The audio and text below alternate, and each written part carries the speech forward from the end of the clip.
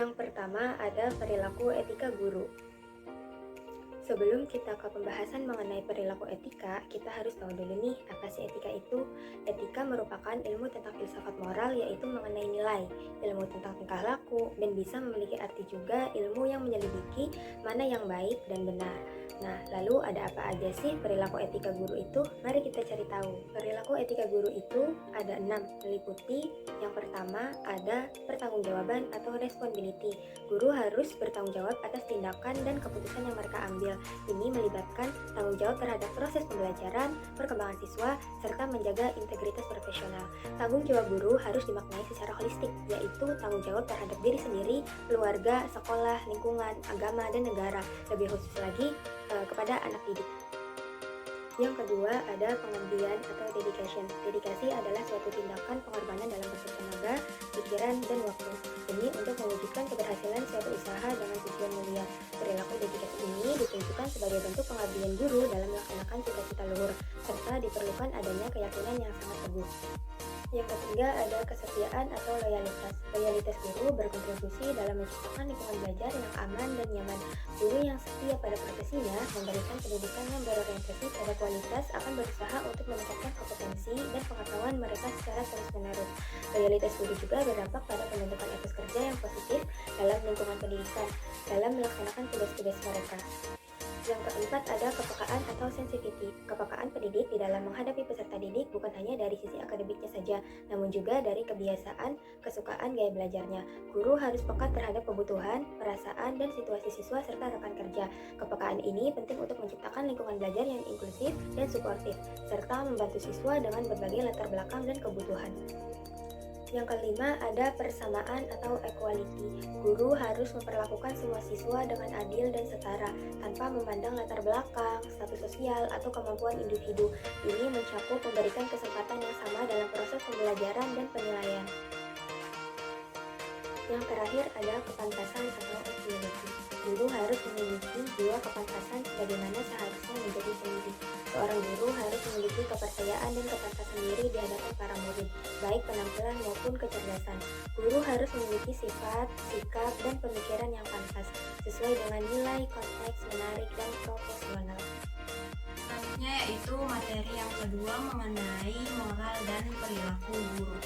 Yang pertama mengenai moral guru. Apa sih pengertian dari moral itu? Menurut Kamus Besar Bahasa Indonesia, moral adalah ajaran yang baik dan buruk yang diterima umum mengenai perbuatan, sikap, kewajiban, dan sebagainya. Aspek moralitas guru mencakup dalam dua kompetensi guru, yakni kompetensi sosial dan kompetensi kepribadian.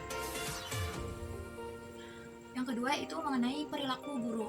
Perilaku guru sangat penting dalam membentuk kepribadian siswa.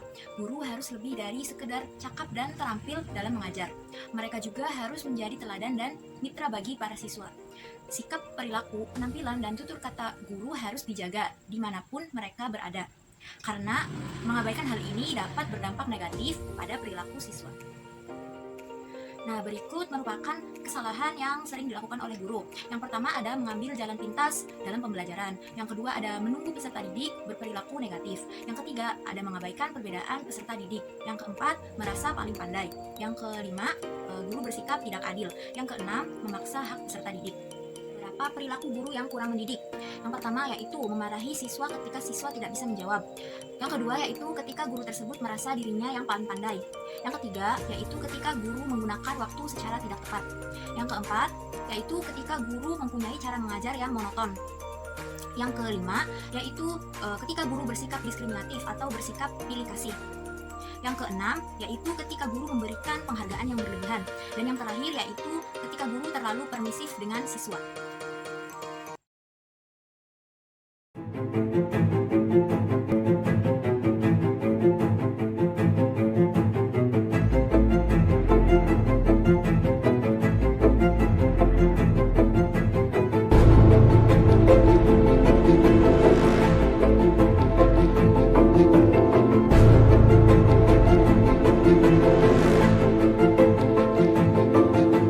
Materi yang terakhir yaitu mengenai peran guru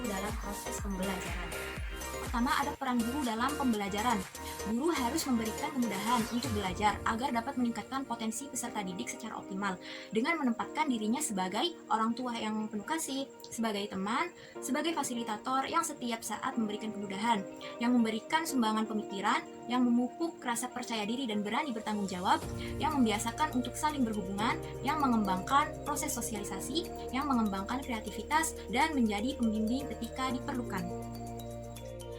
Yang kedua yaitu ada peran utama guru. Nah, yang pertama sebagai pendidik, yang kedua sebagai pengajar, yang ketiga sebagai pembimbing, yang keempat sebagai pelatih, yang kelima sebagai penasehat, yang keenam sebagai inovator, yang ketujuh sebagai model dan teladan, yang kedelapan sebagai peneliti, yang kesembilan sebagai pengembang kreativitas, dan yang terakhir yang kesepuluh sebagai kulminator.